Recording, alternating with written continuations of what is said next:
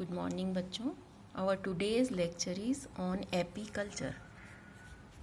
मैंने अपने previous lecture में आपको इंट्रोडक्शन दिया था अप्लाइड जूलॉजी का, उसी का चैप्टर है एपीकल्चर।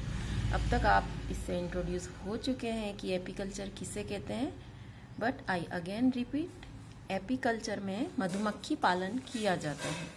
एपीज आप जानते हैं, एपीज किसे कहते हैं? हनी बी को, यानी मधुमक्खी। इससे हमें शहद और मोम यानी वैक्स प्राप्त होता है। शहद और मोम प्राप्ति हेतु एपीकल्चर किया जाता है। ये हमारी अप्लाइड जूलॉजी की ही एक ब्रांच है, जिसमें आपने नाम सुना होगा, ये जूलॉजिकल नाम है मधुमक्खी का एपीज।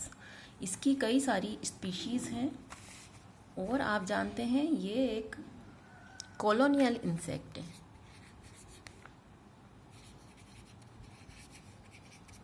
इंसेक्ट कीट को कहते हैं। ऑर्थोपोडा समूह में एक इंसेक्टा क्लास आती है, यानी पंख वाले जो भी जंतु होते हैं ऑर्थोपोडा के, वो इंसेक्टा क्लास में आते हैं और उड़ भी सकते हैं वो। तो उसमें से मधुमक्खी भी एक है, जिसे हनी बी, और जूलॉजिकल नेम है इसका एपीज। तो हम इसका थोड़ा क्लासिफिकेशन भी देख लेते हैं कि इसका वर्गीकरण किस प्रकार है।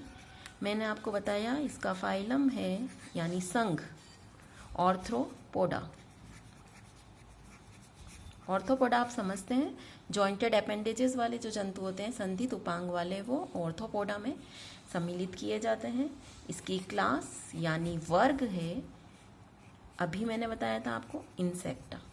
इंसेक्टा में उन जंतुओं को सम्मिलित करते हैं जिनके पंख होते हैं, विंग वाले जो होते हैं। तो आपको पता है मधुमक्खी उड़ती है और इसके विंग होते हैं। और अभी मैंने बताया कि ये कॉलोनियल होते हैं, यानी समूह में रहते हैं। इसकी फैमिली है एपीडी। जीनस इसका है एपीज। और मेनली हम जिस स्पीशीज का अध्ययन करेंगे वो है एपीज इंडिका। स्पीशीज का जो नाम लिखते हैं वो हमेशा स्मॉल लेटर में होता है, जैसे आई स्मॉल है ना, इंडिका, और अंडरलाइन करते हैं इसको, एपीज इंडिका। इसकी कुछ स्पीशीज और हैं, अदर स्पीशीज यानी अन्य प्रजातियां एक और है जिसका नाम है एपीज डोरसेटा।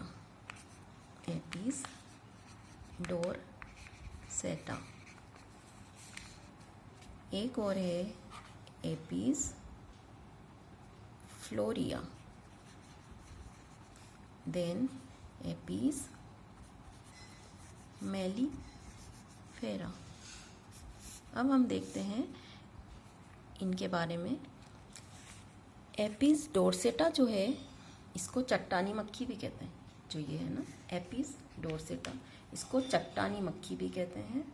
और ये आकार में सबसे बड़ी है, परंतु इसके छत्ते विशिष्ट प्रकार के होते हैं, स्पेशल होते हैं, स्पेसिफिक होते हैं, स्पेशल होते हैं। और ये प्रवासी प्रकृति के हैं, प्रवासी नेचर है इनका, इसलिए इनका एपीकल्चर करना पॉसिबल नहीं है, तो इनका एपीकल्चर नहीं किया जाता।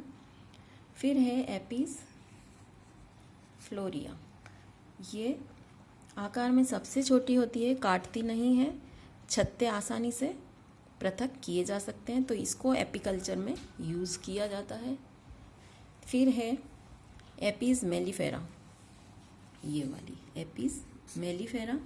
इसे यूरोपियन मक्खी भी कहते हैं। इससे कम शहद प्राप्ति होती है, पर उसका क्वालिटी बहुत अच्छी होती है, गुणवत्ता वाला शहद होता है। इसे आसानी से पाला जा सकता है, तो इसको भी एपीकल्चर में यूज़ किया जाता है। मैं फिर से बता दूं एपीकल्चर किसे कहते हैं। वैज्ञानिक तथा आधुनिक विधि से मधुमक्खी पालन करना तथा उससे शहद और मोम प्राप्त करना, इसे एपीकल्चर कहते हैं। नाउ मेथड ऑफ एपीकल्चर, मधुमक्खी पालन की विधियाँ, मेथड्स ऑफ एपीकल्चर।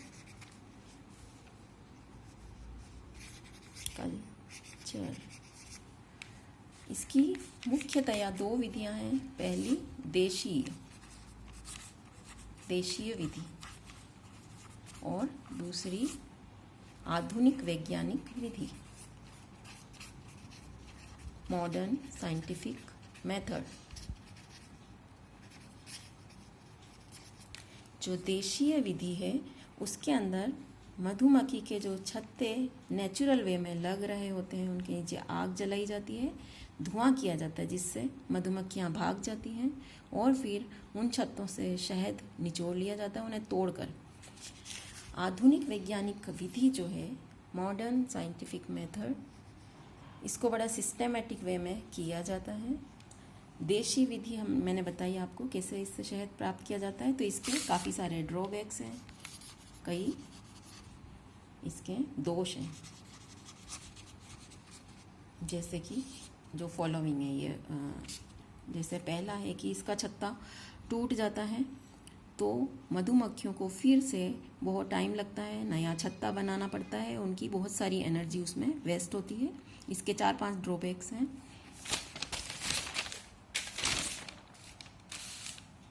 कॉलोनी कमज़ोर हो जाती है इसकी, छत्ता टूट जाता है, कॉलोनी कमज़ोर हो जाती है। और इसमें हम मक्खियों के एपिस के क्रियाकलापों को, एक्टिविटीज़ को कंट्रोल नहीं कर सकते। ये जो अपने मन से ही जो करती हैं, नियंत्रित हमारा कोई नियंत्रण इसमें नहीं होता। कई बार शहद को चूहे, चींटियाँ, बंदर चुरा सकते हैं। शहद भी हमें इससे जो प्राप्त होता है, हनी, वो इम्प्योर होता है, क्योंकि इसमें लार्वा और कई पोलेंस, लार्वा तथा परागकण मौजूद होते हैं शहद में, तो ये इम्प्योरिटीज़ भी इसके अंदर होती हैं। अब हम अपने नेक्स्ट लेक्चर में इसकी मॉडर्न साइंटिफिक मेथड के बारे में पढ़ेंगे, डिटेल स्टडी करेंगे कि क्या उसके टूल्स होते हैं और किस तरह से उसको किया जाता है, क्या उसके फ़ायदे हैं। ओके।